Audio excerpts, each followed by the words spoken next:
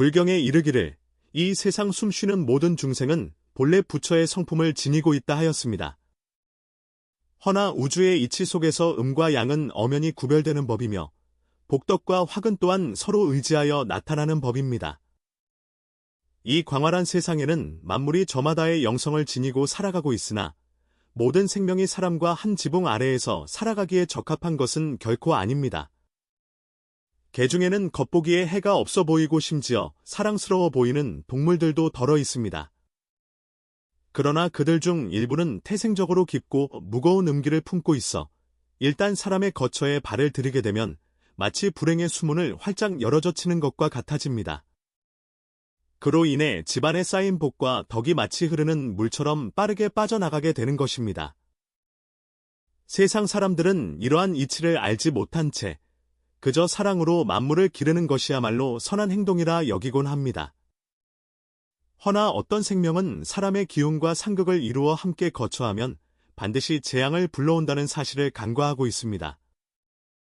옛적에 한 덕망 높은 고승께서도 후세 사람들에게 이 점을 엄중히 경고하신 바 있습니다. 과연 어떤 동물들이 그토록 무서운 영향을 미치며 어찌하여 온순해 보이는 생명이 집안의 복을 깎아먹는 화근이 되는 것일까요? 이 배경에는 깊고도 오묘한 불교의 이치와 인과응보의 법칙이 숨겨져 있습니다. 명나라 말령연간 수주 성안에는 은씨 성을 가진 상인 가문이 살고 있었습니다. 그 집의 가장인 장덕선은 본래 심성이 어질고 후덕한 인물로 비단 가게를 여러 곳 운영하며 넉넉한 살림을 꾸리고 있었고 지역 사회에서도 명망이 높았습니다. 장덕선은 자비로운 마음으로 남 돕기를 즐겨하여 가난한 이웃을 구제하는 일에 앞장섰기에 한간의 평판이 아주 좋았습니다.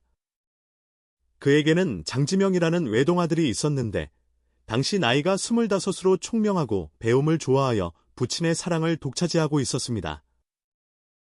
아들 지명은 어려서부터 각양각색의 작은 동물들에게 남다른 애정을 가지고 있었습니다. 그는 온갖 귀한 짐승들을 집 안으로 들여와 기르기를 좋아했습니다. 만물에는 정이 있고 함께 살아가야 한다는 그럴듯한 명분을 내세웠기에 아버지 장덕선 역시 아들의 고운 심성을 칭찬하며 집안에서 동물들을 기르는 것을 허락해 주었습니다.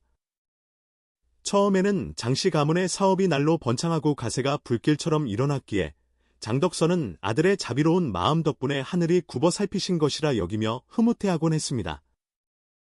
그러나 작년 봄부터 장씨 가문의 운세에 기이한 변화가 감지되기 시작했습니다. 가장 먼저 이상 징후를 보인 것은 가장인 장덕선의 건강이었습니다. 그는 밤마다 알 수 없는 악몽에 시달리기 시작했는데 꿈속에서는 늘 설명하기 힘든 어둡고 음산한 형상들이 나타나 그를 괴롭혔습니다. 잠에서 깨어나면 온몸이 식은땀으로 흠뻑 젖어 있었고 정신은 몽롱했으며 낮 동안 사업을 돌볼 때에도 마음이 안절부절 못하여 예전에 날카롭던 장사 수완이 무뎌지는 듯했습니다. 부인 이씨가 남편의 안색을 살피며 걱정스럽게 물었습니다. 나으리, 요즘 들어 안색이 어두우시고 불안해 보이시는데 어디 편찮으신 곳이라도 있으십니까? 장덕선은 고개를 저으며 대답했습니다. 나도 콕 집어 말할 수는 없으나 그저 가슴 한구석이 불안하고 마치 좋지 않은 일이 닥칠 것만 같은 불길한 예감이 든다오. 불길한 예감은 적중하여 곧이어 장씨 가문의 사업에도 문제가 생기기 시작했습니다. 본래 굳건하던 거래처들이 알 수 없는 이유로 떨어져 나갔고 오랫동안 신뢰를 쌓아온 고객들이 갑작스레 주문을 취소했습니다. 그들이 대는 핑계는 다양했지만 하나같이 억지스러웠습니다. 더욱 기이한 것은 비단의 품질에는 전혀 하자가 없음에도 불구하고 끊임없이 사고가 터진다는 점이었습니다. 운송 도중에 물건이 파손되기도 하고 창고에 보관하던 비단이 까닭없이 변질되기도 했으며 심지어 손님에게 보여주는 순간에 갑자기 흠집이 발견되기도 했습니다. 장덕선은 장부방에 앉아 수심 가득한 얼굴로 탄식했습니다. 도대체 이것이 무슨 조화란 말인가? 우리 집안은 대대로 장사를 해왔지만 이런 괴이한 일은 겪어본 적이 없거늘. 이라는 점원들 사이에서도 수근거리는 소리가 들려왔습니다. 주인 어르신, 혹시 우리 가게에 나쁜 귀신이라도 붙은 게 아닐까요? 일어나는 일들이 예사롭지 않습니다. 엎친 데 덮친 격으로 장덕선이 미처 손쓸 새도 없이 상황은 악화일로를 걸었습니다. 집안의 하인들이 하나둘씩 병석에 눕기 시작했습니다. 처음에는 가벼운 감기나 열병 정도로 시작되었으나 점차 병세가 깊어져 몇몇 여종들은 아예 자리를 보전하고 눕게 되었습니다. 용하다는 의원들을 여러 불러 진맥을 해보았으나 구체적인 병명은 밝혀내지 못한 채 그저 음습한 사기가 몸에 침범하여 정기가 부족하다는 말만 되풀이할 뿐이었습니다. 무엇보다 장덕선을 근심하게 만든 것은 아들 지명의 변화였습니다. 평소 활달하고 밝았던 청년이 갑자기 말수를 잃고 침울해지더니 하루 종일 자신의 방 안에 틀어박혀 밖으로 나오려 하지 않았습니다. 간혹 아들의 방 앞을 지나다 보면 안에서 기이한 소리가 들려오곤 했는데 짐승의 울음소리 같기도 하고 아닌 것 같기도 하여 섬뜩함을 자아냈습니다. 어느 날 저녁, 장덕선은 참다 못해 아들의 방문을 열고 들어갔습니다. 지명아, 요새 도통 얼굴 보기가 힘들구나. 몸이 어디 안 좋은 것이냐? 지명은 고개를 들어 아버지를 바라보았는데 그 눈빛이 몽롱하고 초점이 없었습니다. 아버님, 저는 괜찮습니다. 그저 피곤해서 아무 말도 하고 싶지 않을 뿐입니다. 장덕선은 아들을 찬찬히 뜯어보았습니다. 얼굴은 백지장처럼 창백했고 눈동자는 텅 빈 동굴처럼 공허하여 예전에 생기 넘치던 모습은 온데간데 없었습니다. 네가 기르는 동물들은 잘 있느냐? 장덕선은 조심스럽게 물었습니다.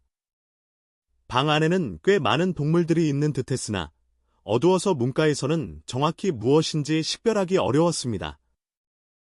그 아이들은 아주 잘 지내고 있습니다. 제 말도 잘 듣고요. 지명의 목소리는 감정이 없이 건조했습니다.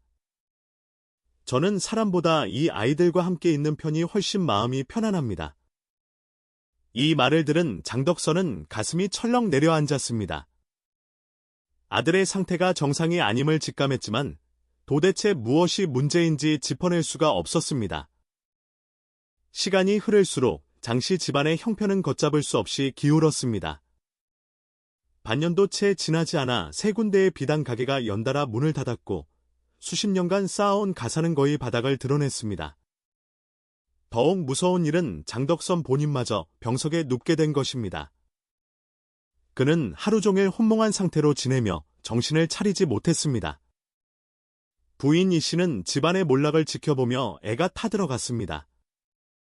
영감, 우리 집안이 도대체 왜 이러는 걸까요? 누군가에게 원한을 사서 저주라도 받은 걸까요? 침상에 누운 장덕선은 기운 없는 목소리로 대답했습니다. 나도 도무지 알 수가 없구려. 우리 집안은 늘 남에게 베풀며 살아왔는데 어찌 이런 날벼락이 떨어진단 말이오. 그때 집안의 늙은 집사왕 씨가 근심 어린 표정으로 들어와 말을 건넸습니다. 나으리, 제가 외람되오나 드릴 말씀이 있습니다.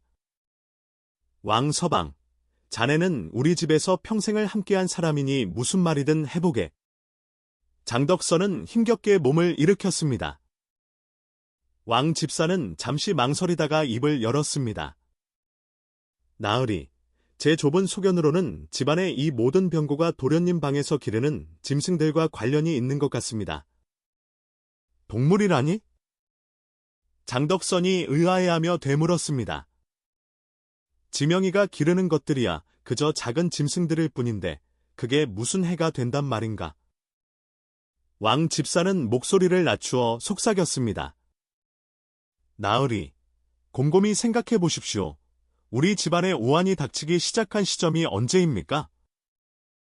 제가 따져보니 정확히 도련님이 그 몇몇 특이한 동물들을 들여온 시기와 일치합니다. 장덕선이 기억을 더듬어 보니 과연 왕 집사의 말대로 집안의 불행은 지명이 새로운 동물들을 기르기 시작한 이후부터 발생한 것이 틀림없었습니다. 허나 미물인 짐승이 어찌 집안의 운세까지 뒤흔든단 말인가. 장덕선은 여전히 믿기지 않는 눈치였습니다. 왕 집사가 탄식하며 말했습니다. 제가 젊은 시절 어느 대가집에서 일할 때 기이한 일을 목격한 적이 있습니다. 그 집주인도 동물을 끔찍이 아꼈는데 결국에는 집안이 풍비박산 나고 말았습니다. 당시 어떤 스님께서 말씀하시기를 짐승 중에는 음기가 강하여 집안에 들이면 복을 깎아먹는 것들이 있다 하였습니다. 이 말을 들은 장덕선은 깊은 생각에 잠겼습니다. 평소라면 이런 허무맹랑한 이야기를 믿지 않았겠지만 눈앞에서 벌어지는 기괴한 일들을 설명할 길이 없었기에 그 역시 초자연적인 원인이 있는 것은 아닌지 의심하게 되었습니다. 그렇다면 내가 어찌해야 좋겠는가? 장덕선이 묻자 왕 집사가 대답했습니다. 호구산에 해명선사라는 도령 높은 고승이 계신다고 들었습니다. 이런 기이한 일을 잘 다스리신다 하니 한번 찾아뵙고 가르침을 청하는 것이 좋겠습니다. 장덕선은 비록 병든 몸이었으나 가문을 구하기 위해 직접 호구산으로 가서 해명선사를 뵙기로 결심했습니다. 호구산은 수주성에서 10리 정도 떨어진 곳으로 고찰들이 즐비하고 향불이 끊이지 않는 영험한 고지였습니다. 장덕선은 가마에 몸을 싣고 힘겹게 산을 올라 우남사에 당도했습니다. 우남사는 호구산 중턱에 자리 잡고 있었는데 그윽하고 고요한 분위기가 감돌아 절로 불심이 일게 하는 고지였습니다. 사찰 입구에서 해명선사의 거처를 물으니 스님께서는 뒷산의 작은 암자에서 수행 중이라 하였습니다. 작은 초가 암자는 소박하고 검소했으며 주변을 둘러싼 대나무 숲이 고요함을 더해주었습니다. 장덕선은 암자 앞에 무릎을 꿇고 간절히 고했습니다. 제자 장덕선, 집안에 닥친 큰 환난으로 인해 선사님을 뵙고자 왔습니다. 부디 자비를 베푸시어 어리석은 중생에게 길을 일러주시옵소서. 잠시 후 암자의 문이 천천히 열리며 예순쯤 되어 보이는 노스님이 걸어 나왔습니다. 스님의 용모는 장엄하고 눈빛은 맑은 물과 같았으며 온몸에서 평온한 기운이 뿜어져 나왔습니다. 시주님, 일어나시게. 해명선사는 온화한 목소리로 말했습니다. 내 이미 그대의 몸에 서린 업장과 근심을 느꼈으니 안으로 들어오시게. 장덕선은 공손히 스님을 따라 암자로 들어갔습니다.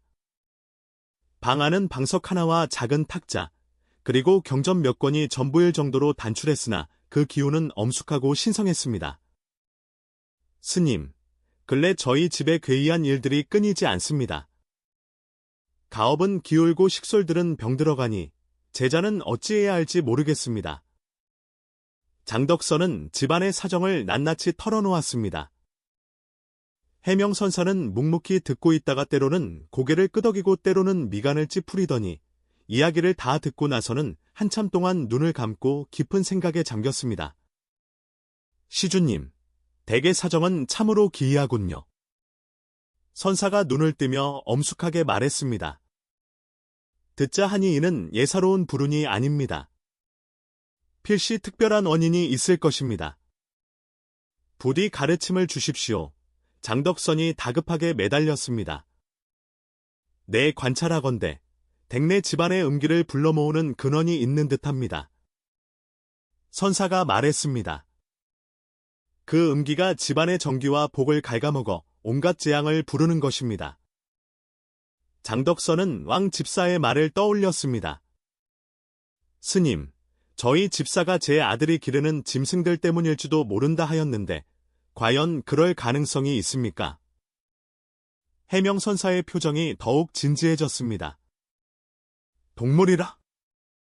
아드님이 어떤 짐승을 기르고 있습니까? 그것이 저도 자세히는 모릅니다. 장덕선은 부끄러워하며 대답했습니다. 제가 바깥일에 바빠 아들이 무엇을 기르는지 세심히 살피지 못했습니다. 그렇군요. 해명선사가 고개를 끄덕였습니다. 많은 이들이 모르고 있으나 어떤 동물을 기르느냐에 따라 집안의 풍수가 크게 달라집니다. 개 중에는 확실히 음기를 몰고 와 복을 해치는 동물들이 있습니다. 장덕선이 급히 물었습니다. 그럼 어찌해야 합니까? 해명선사는 자리에서 일어나 천천히 걸음을 옮겼습니다. 서두를 일이 아닙니다. 먼저 댁에서 구체적으로 어떤 동물들을 기르고 있는지 확인한 뒤에야 그에 맞는 해결책을 세울 수 있습니다. 스님께서 직접 저희 집에 와주시겠습니까? 장덕선이 간청했습니다. 해명선사는 잠시 생각하더니 고개를 끄덕였습니다. 시주님께서 이토록 간절하시니 노승이 한번 내려가 보도록 하지요. 허나 그 전에 동물과 집안 풍수에 관한 이치를 먼저 일러드려야겠습니다. 그 후 1시간 동안 해명선사는 장덕선에게 동물과 풍수의 관계에 대해 상세히 설법했습니다. 만물에는 영성이 있으나 동물마다 지닌 기운과 속성은 다릅니다. 양기가 충만하여 좋은 영향을 주는 동물이 있는가 하면 음기가 강하여 자칫하면 집안에 화를 부르는 동물도 있습니다. 그렇다면 어떤 동물이 좋고 나쁜지 어떻게 구분합니까? 장덕선이 물었습니다. 이는 불교의 업보와 도교의 음양, 그리고 민간의 풍수가 얽힌 복잡한 문제입니다. 선사는 동물의 습성과 출처, 주인과의 인연 등을 모두 고려해야 한다고 설명했습니다. 또한 불교적으로 볼 때 전생의 업장이나 특별한 사명을 띤 영물들이 있는데 수행이 부족한 일반인이 이를 함부로 기르면 감당하기 어렵다고 덧붙였습니다. 제 아들이 기르는 것이 그런 경우입니까? 장덕선이 걱정스레 묻자 스님은 증상으로 보아 그럴 가능성이 높다고 답했습니다. 특히 아들의 성격이 변한 것은 음기에 영향을 받았다는 증거라고 했습니다. 그날 오후 해명선사는 장덕선을 따라 장씨 저택에 도착했습니다. 대문에 들어서자마자 스님은 미간을 찌푸렸습니다. 시주님, 집안의 음기가 실로 무겁습니다. 이는 자연적으로 생긴 것이 아니라 특정 근원에서 뿜어져 나오는 것입니다. 근원이 어디입니까? 장덕선이 긴장하며 물었습니다. 해명선사는 눈을 감고 기운을 느끼더니 이내 2층을 가리켰습니다. 저 위쪽 방에서 기운이 느껴집니다. 그곳은 바로 아들 지명의 방이었습니다. 지명의 방문 앞에 다다르자 해명선사는 걸음을 멈추었습니다. 그의 안색이 심각하게 변했고 놀란 기색마저 역력했습니다. 스님, 왜 그러십니까? 장덕선이 조심스레 물었습니다. 해명선사는 장덕선을 깊은 눈으로 바라보며 말했습니다. 시주님, 아드님 방의 상황은 제 상상보다 훨씬 심각합니다. 심각하다니요? 장덕선은 가슴이 철렁했습니다. 제 느낌으로는 아드님이 평범한 동물을 기르는 것이 아닙니다. 선사의 목소리가 낮게 깔렸습니다. 불교에서 명확히 금기시하는 영물들을 기르고 있는 듯합니다. 장덕선은 사색이 되었습니다. 금기시하는 영물이라니요. 해명선사는 고개를 끄덕였습니다. 불경에 보면 인간과 가까이에서는 안 되는 동물들이 기록되어 있습니다. 겉보기에는 해가 없어 보이나 그들이 지닌 업력과 음기는 집안 전체의 기운을 뒤바꿀 만큼 강력합니다.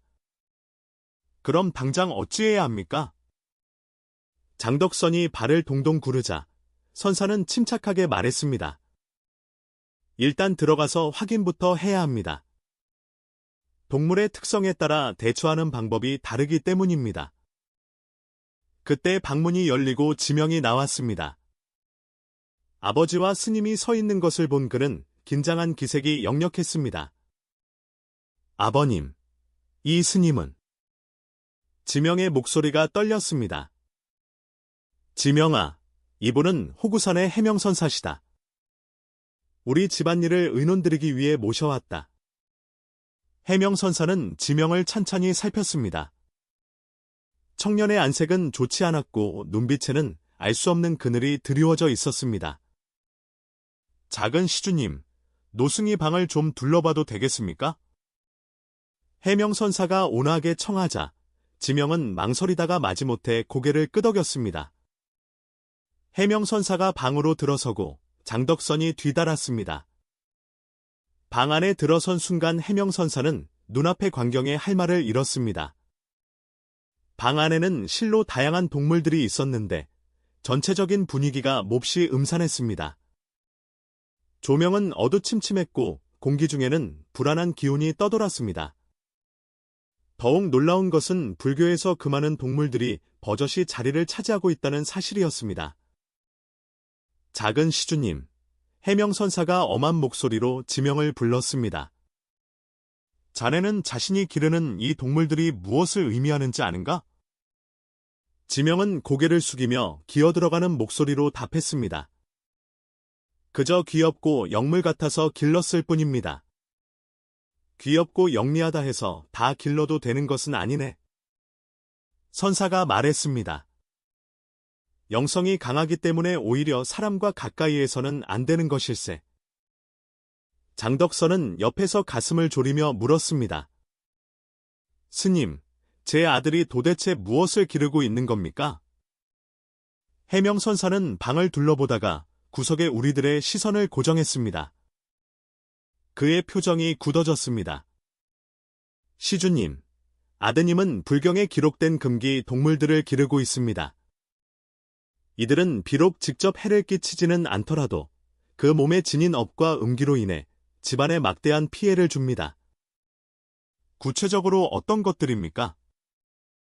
장덕선이 다급히 물었습니다. 해명선사는 지명과 장덕선을 번갈아 보며 한숨을 내쉬었습니다. 이는 불교의 깊은 교리와 관련된 문제라 한두 마디로 설명하기 어렵습니다. 또한 동물마다 해결책이 다르니 신중해야 합니다. 지명이 불쑥 끼어들었습니다. 스님, 저는 이 아이들을 기른 지 꽤 되었지만 다들 말 잘 듣고 착합니다. 무슨 문제가 있다는 건지 모르겠습니다. 해명선사는 고개를 저었습니다. 겉보기에 순하다고 해서 문제가 없는 게 아닐세. 그 영향은 가랑비에 옷 젖듯 서서히 나타나는 법이지. 게다가 그 영향은 동물 자신이 아니라 주인과 가족에게 미치는 것일세.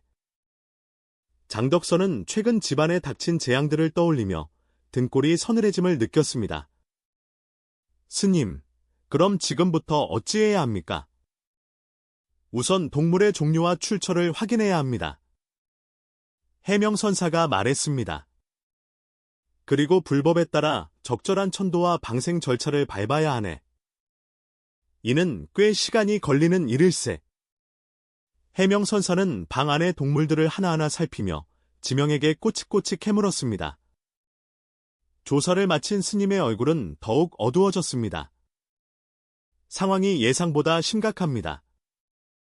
시주님, 아드님은 불교에서 집안에 들이지 말라 금한 동물 중 적어도 4종류를 기르고 있습니다.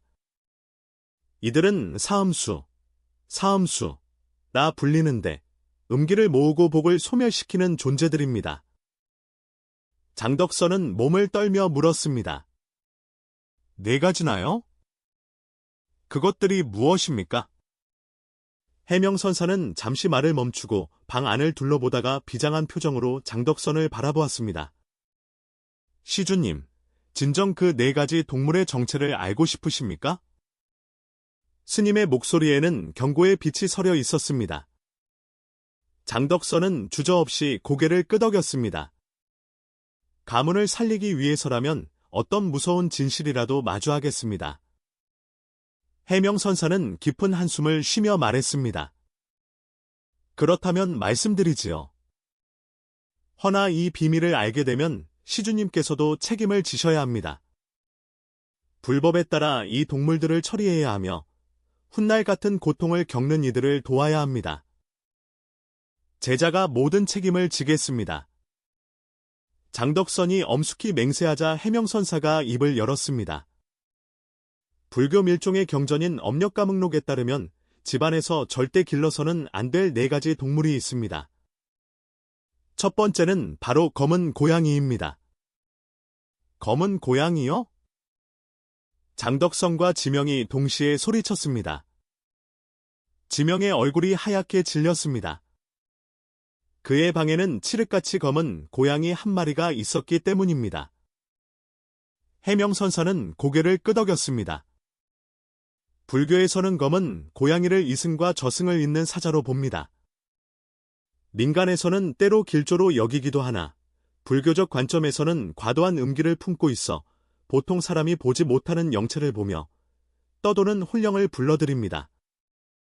집안의 검은 고양이를 오래 두면 그곳은 음산한 사기의 집결지가 되어 가족의 건강을 해치고 운을 쇠하게 만듭니다. 저 고양이의 눈을 보십시오. 대낮에도 기이한 빛을 내뿜지 않습니까? 이것이 바로 음기가 넘친다는 증거입니다. 또한 검은 고양이는 죽음과 재앙을 예지하는 능력이 있는데 이는 평범한 가정에는 불길한 징조가 됩니다. 지명이 떨리는 목소리로 항변했습니다. 하지만 저 녀석은 정말 얌전하고 사람을 핥히지도 않습니다. 작은 시주님, 동물이 착한 것과는 별개의 문제입니다. 해명선사가 차분히 설명했습니다. 검은 고양이가 무서운 것은 사람을 공격해서가 아니라 무의식 중에 음기를 끌어모으기 때문입니다. 불경에 따르면 검은 고양이의 음기는 주인의 양기를 서서히 잠식하여 우울하고 소극적인 성격으로 만들며 심하면 염세적인 생각까지 하게 만듭니다.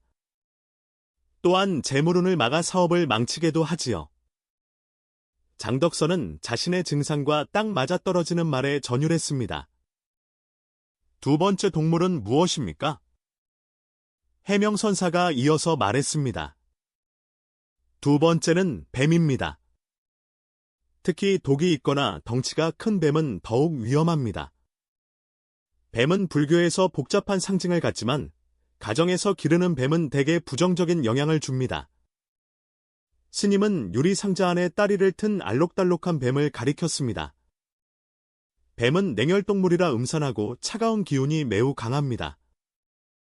또한 불교에서 뱀은 진심, 즉 성내는 마음을 상징합니다.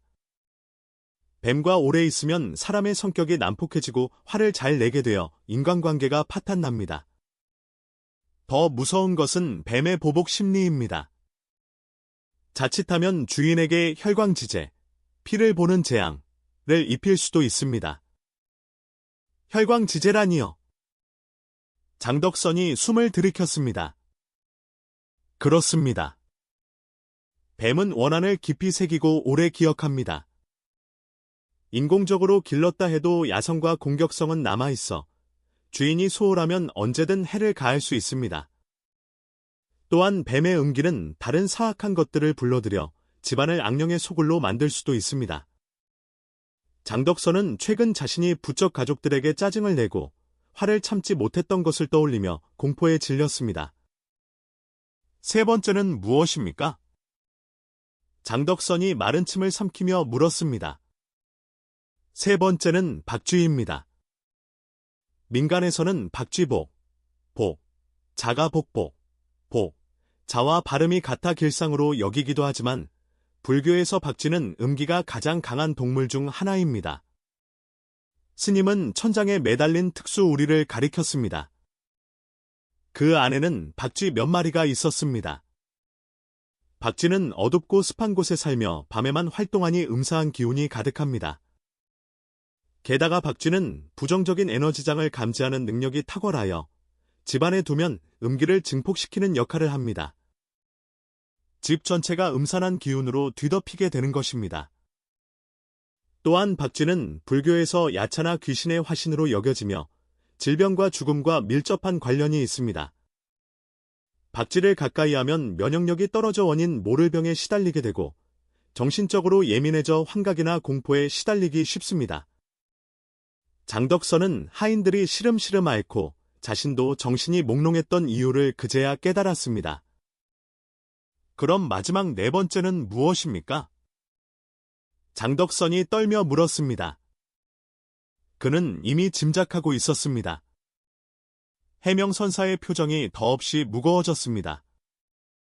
네 번째이자 가장 위험한 동물은 바로 까마귀입니다. 창가에 놓인 세 장의 칠흑 같은 까마귀 한 마리가 기이한 눈으로 사람들을 노려보고 있었습니다. 까마귀는 모든 동물 중에서 음기가 가장 깊고 무겁습니다. 스님은 단호하게 말했습니다.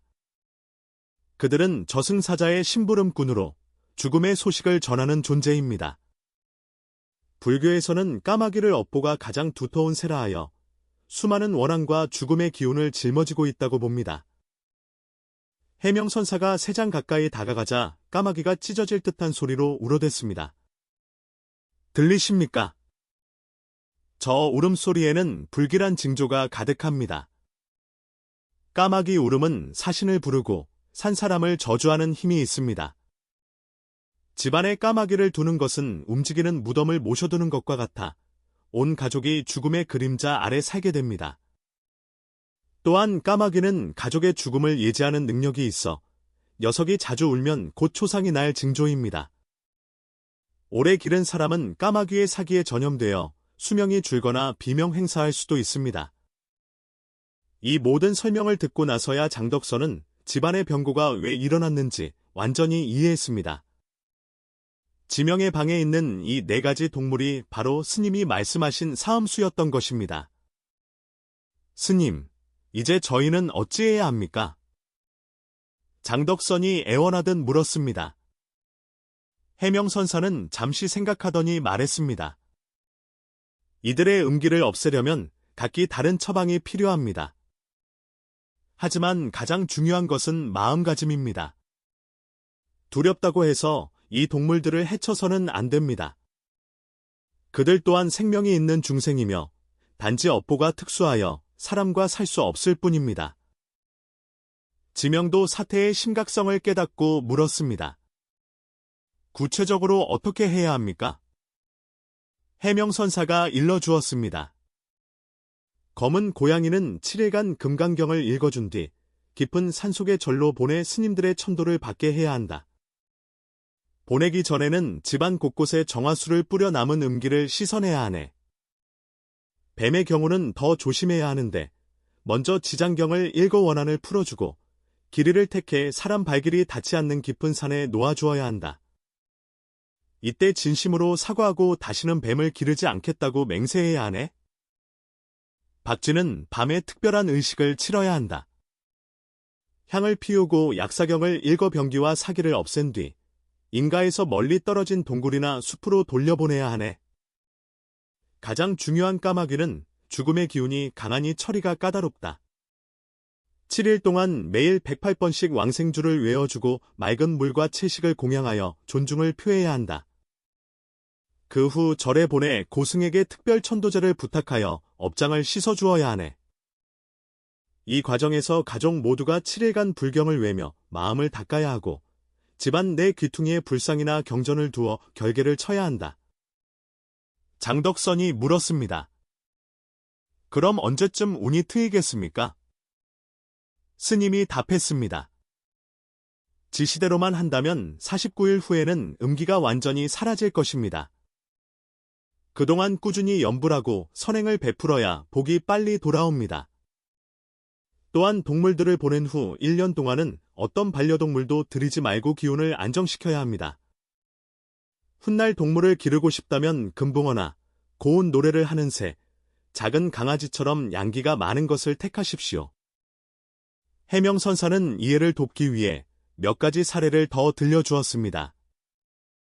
뱀을 기르다 성격이 난폭해져 사업을 망치고 목숨까지 잃을 뻔한 부자, 까마귀를 기르다 우울증에 빠져 자살한 선비, 박쥐를 기르다 궤병으로 죽은 노파의 이야기들이었습니다.